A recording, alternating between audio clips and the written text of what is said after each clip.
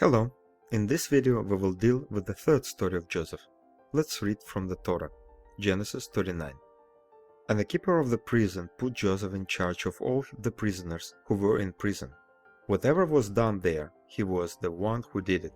The keeper of the prison paid no attention to anything that was in Joseph's charge because the Lord was with him, and whatever he did, the Lord made it succeed.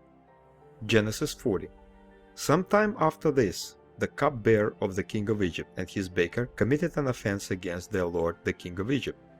And Pharaoh was angry with his two officers, the chief cupbearer and chief baker, and he put them in custody of the house of the captain of the guards, in the prison where Joseph was confined. The captain of the guard appointed Joseph to be with them, and he attended them. They continued for some time in custody, and one night they both dreamed. When Joseph came to them in the morning, he saw that they were troubled. So he asked Pharaoh's officers, "Why are your faces downcast today?" They said to him, "We have had dreams, and there is no one to interpret them." And Joseph said to them, "Do not interpretation belong to God? Please tell them to me." So the chief cupbearer told his dream to Joseph and said to him, "In my dream there was a vine before me, and on the vine there were 3 branches. As soon as it budded, its blossom shoot forth, and the clusters ripened into grapes. Pharaoh's cup was in my hand, and I took the grapes and pressed them into Pharaoh's cup, and placed the cup in Pharaoh's hand."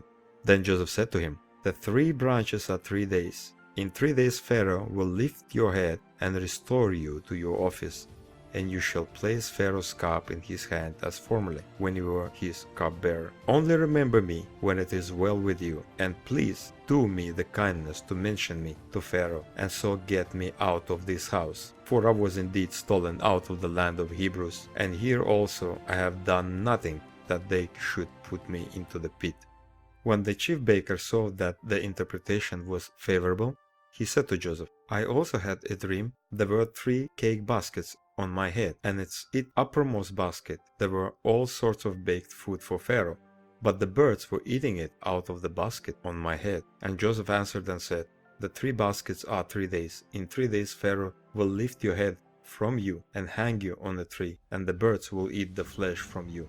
On the 3rd day, which was Pharaoh's birthday, he made a feast for all his servants, and lifted up the head of the chief cupbearer and the head of the chief baker among his servants. He restored the chief cupbearer to his position, and he placed the cup in Pharaoh's hands. But he hanged the chief baker as Joseph had interpreted to them. Yet the chief cupbearer did not remember Joseph, but forgot him. Let's now read from the Qur'an. "And there entered the prison with him 2 young men. One of them said, 'Indeed, I have seen myself in a dream pressing wine.' The other said, 'Indeed, I have seen myself carrying upon my head some bread, from which the birds were eating. Inform us of its interpretation. Indeed, we see you to be of those who do good.' He said, 'You will not receive food that is provided to you except that I will inform you of its interpretation before it comes to you. That is from what my Lord has taught me. Indeed, I have left the religion of a people who do not believe in Allah, and they in hereafter are disbelievers. And I have followed the religion of my fathers Abraham, Isaac, and Jacob, and it was not for us to associate anything with Allah. That is from the favor of Allah upon us and upon the people, but the most people are not grateful. O my 2 companions of prison, are separate lords better, or Allah the one, the prevailing? You worship not beside him except their names you have named them, you and your fathers, for which Allah has sent down no authority. Legislation is not but for Allah. He has commanded that you worship not except him. That is the correct religion, but most of the people do not know. O 2 companions of prison, as for one of you, he will give drink to his master of wine, but as for another, he will be crucified, and the birds will eat from his head. The matter has been decreed about which you both inquire." And he said to the one who he knew would go free, "Mention me before your master." But Satan made him forget the mention to his master, and Joseph remained in prison several years. Let's compare the stories in both books. 1. According to the Torah, Joseph was in prison for some time, long enough to be raised to the favored position with his prison master. Let's say it was at least a month or more. Sometime after that, a cupbearer and a baker of Pharaoh were sentenced to prison.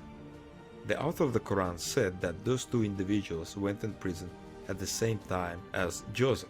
2. The Torah does not mention the age of Pharaoh's servants. The Quran insists for no reason that they were young. Also, we do not know the occupation that both men held in the Quran. 3. According to the Torah, Joseph looked after them in prison and noticed one morning that they were troubled. He asked them the reason. They told him about their strange dreams and complained that there was no one to interpret them. The author of the Quran gives us verbatim of what we told Joseph. After they explained their dreams, they asked Joseph, "Inform us of its interpretation. Indeed, we see you to be of those who do good." As we see in the Torah, they complained to Joseph that there was no one around them to interpret their dreams. But in the Quran, they already trusted that Joseph would correctly interpret their dreams because he is of those who do good. 4.